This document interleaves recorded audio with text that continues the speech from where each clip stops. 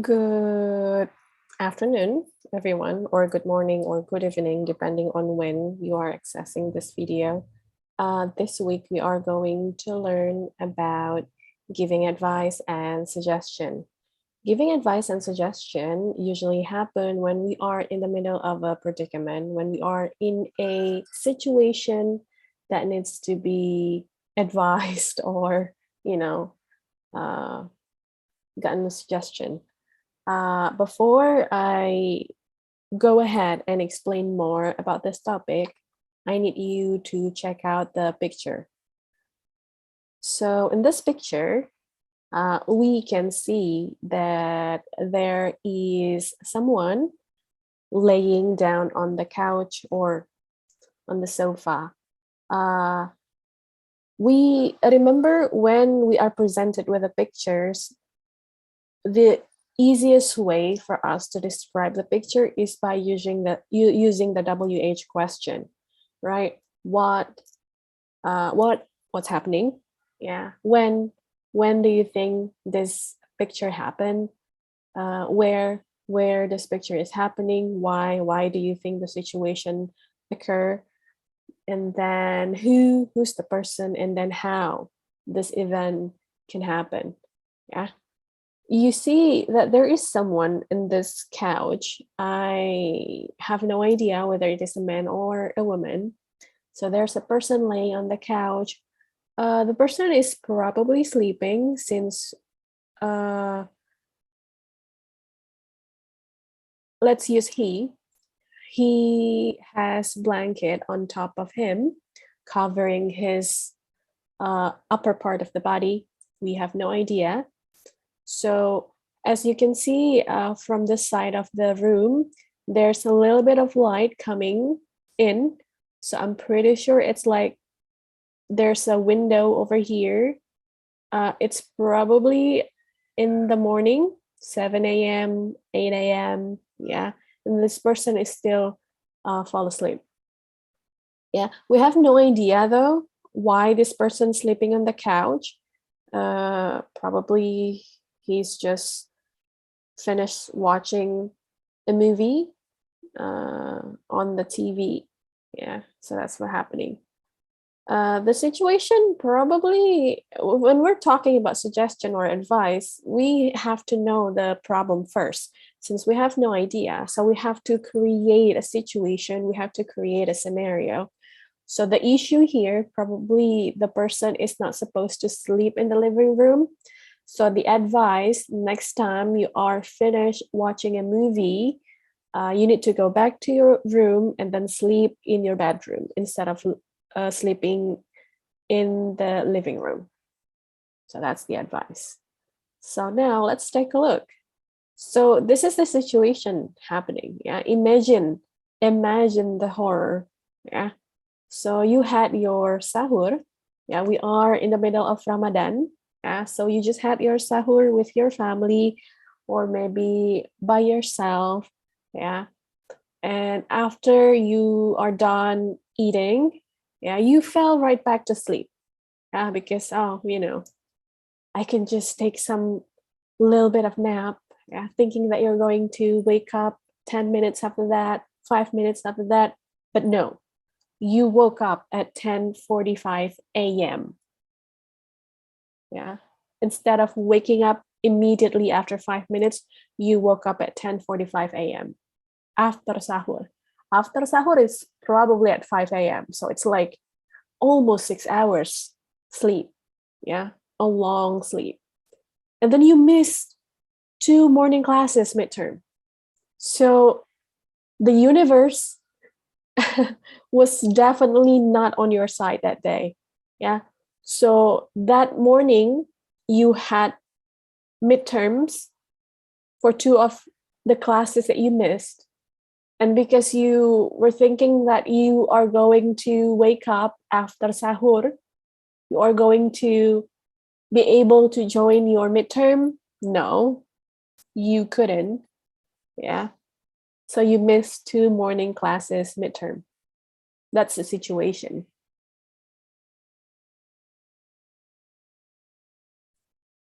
And then after knowing the problem, we need to know how to come up with an advice or suggestion. Yeah. So usually when we are giving advice or suggestion, the thing that we are giving the advice of is a situation that has already happened in the past. And usually, if it is require an advice or suggestion, it is a regrettable events in the past. Something that we wish never happened. Like, oh my God, I wish I can change something.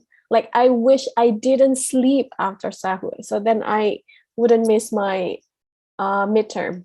Yeah. So regrettable events in the past, yeah, will require you to give advice or suggestion. And then what you can use if you want to, you know, give advice or suggestion. There are two ways, yeah. In terms of patterns, yeah, you can use this site, which is in a form of positive sentence, yeah, should have, and then also plus past participle or verb 3. Yeah, of course, before should have, we need subject here. Yeah, should have, and then past participle. Or you can use in a form of negative sentence. Negative sentence, you can use shouldn't have, and then also past participle. Again, we need subject before shouldn't have. Yeah, so subject plus shouldn't have plus past participle. First of all, before we move on, I need to highlight that when I say positive sentence versus negative sentence, it doesn't mean that the meaning is positive and then the other one meaning is negative. No, both are still suggestions, both are still advice, but then the way you are giving the advice is using a positive sentence, an advice written or spoken in a positive sentence, or you can use a negative sentence, an advice or suggestion that is written or spoken in a negative sentence. But both are giving really good advice. Yeah.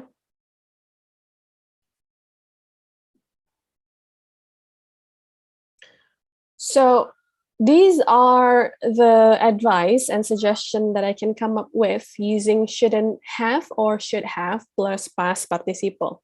Yeah, past participle, remember, verb 3. Check it out.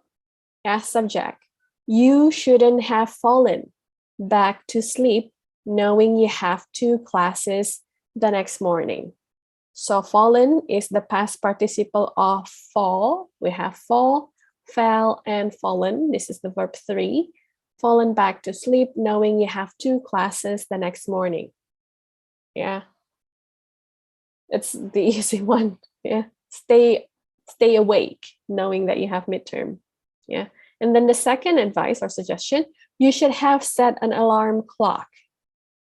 So we have subject should have plus past participle. So the past participle of set is still set. It is set, verb 1, set, verb 2, and then set, verb 3. You should have set an alarm clock. And then the third one, you should have asked your mom to wake you up before class. Yeah.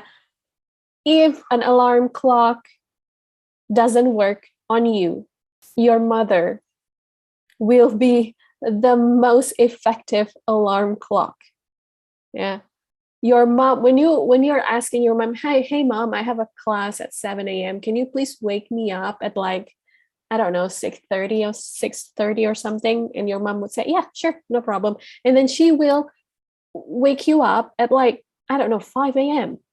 and then saying you're late to class. That's how amazing our mom is. Yeah. So you should have asked your mom to wake you up before class. So we have subject you should have plus ask, the past participle of ask. We have asked, and asked your mom to wake you up before class. And then The last one, you shouldn't have made the same mistake since this wasn't your first time. So this a thing is a regular occurrence in your life. This is not the first time. You have already made the same mistake. You've done this before. You know your weakness, that you are unable to wake up early in the morning, or you are most likely to miss your alarm, you miss your class. So knowing that's it's already happened, you shouldn't have done the same mistake. Yeah, you need to find a way to prevent a situation happening again in the future. So you shouldn't have made the same mistake since this wasn't your first time. So subject, shouldn't have, plus past participle, made. Yeah, we have make, verb 1, made, verb 2, and for verb 3 is also made. Yeah. Now, we have, I'm pretty sure that we have two different situations. Let me fast forward a bit. Yep, we have two different situations. Yeah. So this is an exercise that you need to do and you need to submit in our e-learning. Yeah. So we have two different situations. The first one, look at the picture. There's a lovely guy, yeah, sitting on the road next to a car. I'm pretty sure that the blue car just hit the gray car in front. Yeah, so his name is David. So this is David. David drove his father's brand new Tesla to try the autopilot. The car collided with other car in front of him. Now, what David should or shouldn't have done? Yeah. So I will ask you to give at least 4 suggestions for each situation. So we have 2 situations. This is the first one. 4 suggestions for David. 2 using should have, positive sentence, and then 2 using shouldn't have, negative sentence. Yeah. 4 for each situation. The second situation, take a look at the picture. This looks like a museum, an art museum. Yeah, because there are so many statues. Yeah. So the situation is the woman. So this woman in the blue shirt, yeah, took a picture with a 200-year-old sculpture. So somehow the sculpture that she is leaning on is 200 years old, very old. You're not supposed to do that. Yeah. And then she leaned in and then broke one of the feet of the sculpture. As you can see, this woman hand is leaning. Yeah. His upper body weight press against the sculpture feet, and then it broke. The 200-year-old sculpture feet broke. And then it turns out the sculpture worth $1.3 million. That's expensive. So what the woman should or shouldn't have done. Please give 4 different suggestions or advice. 2 using should have, and then 2 using shouldn't have. Submit your suggestion or advice by recording your voice in an audio file and then submit it to our e-learning. Yeah, I think that's all. Thank you so much for listening to this week's material. Have a wonderful day, everyone.